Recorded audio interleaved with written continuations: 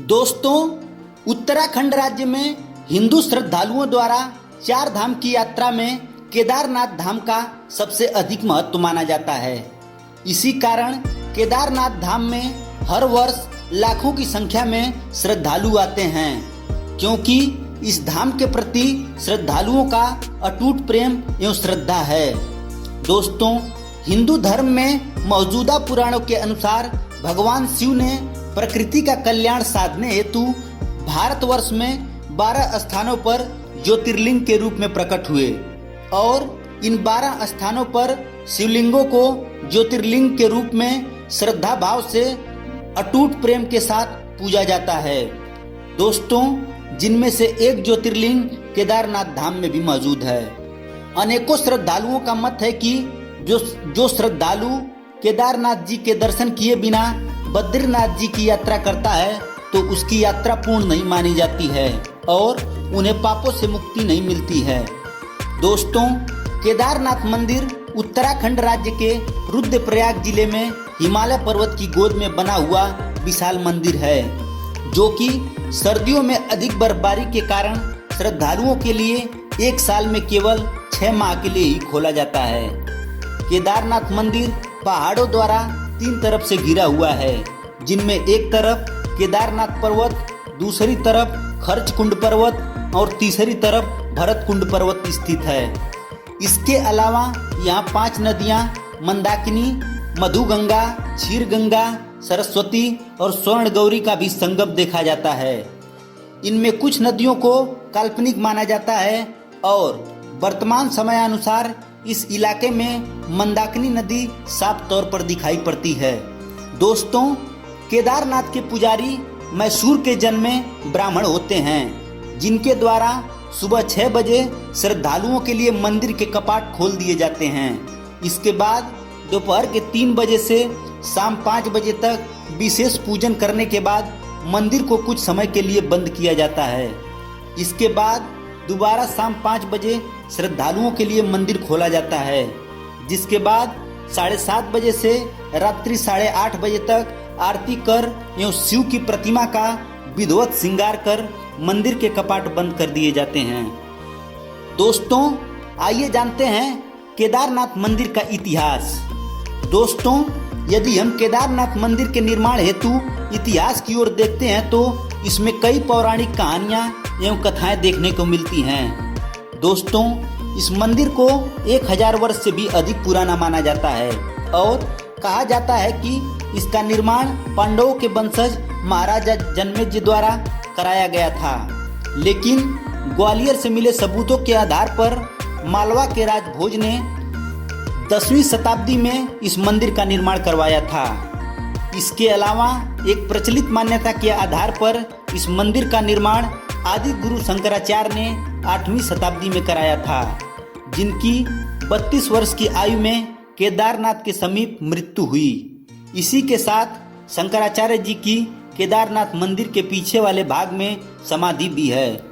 दोस्तों, उपयुक्त तथ्यों से हटकर केदारनाथ मंदिर को लेकर 2 पौराणिक कथाएं अत्यंत प्रसिद्ध हैं। पहली कहानी के अनुसार केदारनाथ पर्वत के शिखर पर भगवान विष्णु के अवतार महातपस्वी नर और नारायण ऋषि घोर तपस्या करते थे। इनके इस परिश्रम से खुश होकर भगवान शिव ने उन्हें दर्शन दिए और उनकी प्रार्थना के आधार पर ज्योतिर्लिंग के रूप में इस पर्वत पर सदा वास करने का वचन दिया था। दोस्तों, दूसरी कहानी के अनुसार महाभारत के युद्ध में पांडवों के विजयी होने के पश्चात उन पर परिवार के लोगों की हत्या का पाप लग गया था, जिसके बाद पांडव इस पाप से पूर्ण रूप से मुक्त होना चाहते थे, जिसके लिए भगवान शिव का आशीर्वाद पाना चाहते थे। लेकिन शिव इस भातृ हत्या से नाराज थे और पांडवों को दर्शन नहीं देना चाहते थे। दोस्तों, भगवान शिव के दर्शन के लिए पांडव काशी गए, लेकिन उन्हें शिव न मिले, लेकिन पांडव उन्हें ढूंढते रहे। जिसके बाद पांडवों का पता चला कि भगवान शिव हिमालय में जा बसे हैं और पांडव भी हिमालय जा पहुँचे। भगवान शिव ने यह देखा तो उन्होंने एक बैल का रूप धारण कर लिया और पशुओं में शामिल हो गए, ताकि पांडवों को पता न चल सके। लेकिन पांडवों को भ्रम हो गया और भीम ने विशाल रूप धारण कर दोनों ओर पहाड़ियों में पैर फैला दिए।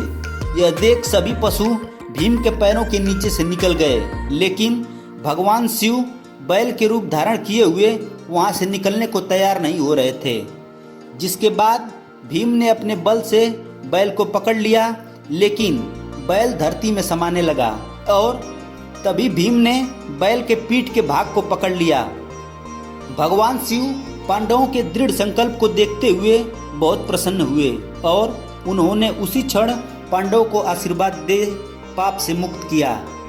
इसी के बाद भगवान शिव बैल की पीठ की आकृति के पिंड के रूप में केदारनाथ धाम में आज भी पूजे जाते हैं। दोस्तों, यदि केदारनाथ मंदिर की बनावट की बात करें तो यह 6 फुट ऊंचे चौकोर चबूतरे पर 85 फुट ऊंचा और 187 फुट चौड़ा बना हुआ है। इसके अलावा इस मंदिर की दीवारें 12 फुट मोटी है, जो कि बेहद मजबूत पत्थरों से तराशी गई है। केदारनाथ का यह विश्व प्रसिद्ध मंदिर 3462 मीटर की ऊंचाई पर मौजूद है, जो कि सोचने वाली बात है कि लगभग 1000 वर्ष पहले इतनी ऊंचाई पर इतने भारी पत्थरों को तराश कर इस मंदिर को कैसे बनाया गया होगा। दोस्तों, जानकार बताते हैं कि इन पत्थरों को आपस में जोड़ने के लिए इंटरलॉकिंग तकनीकी का सहारा लिया गया होगा, जो कि यही मजबूती आज भी आपदाओं के मार झेलकर मंदिर सुरक्षित पड़ा रहने में सहायता करती है। दोस्तों, यदि केदारनाथ धाम में मौजूद इस मंदिर के रहस्यों की बात करें तो इसकी अपार कृपा एवं शक्ति श्रद्धालुओं को अपनी ओर खुद ब खुद खींच लेती है।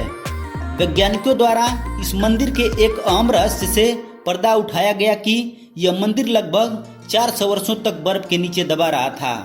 वह बताते हैं कि एक छोटे हिम युग के दौरान 13वीं से 17वीं शताब्दी के दौरान यह बर्फ के नीचे सुरक्षित बना रहा।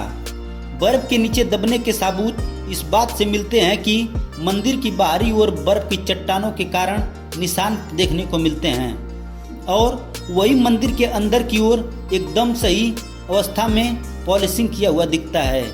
दोस्तों, जून 2013 के समय के बारे में तो जानते ही होंगे, जब उत्तराखंड और हिमाचल प्रदेश में अचानक बाढ़ आ गई थी, जिसके साथ भूस्खलन भी होने लगा था और सबसे अधिक प्रभावित केदारनाथ धाम हुआ था। यह आपदा इतनी भयानक थी कि इसके आसपास बनी धर्मशालाएं एवं होटल पूरी तरह से तबाह कर दिए गए थे।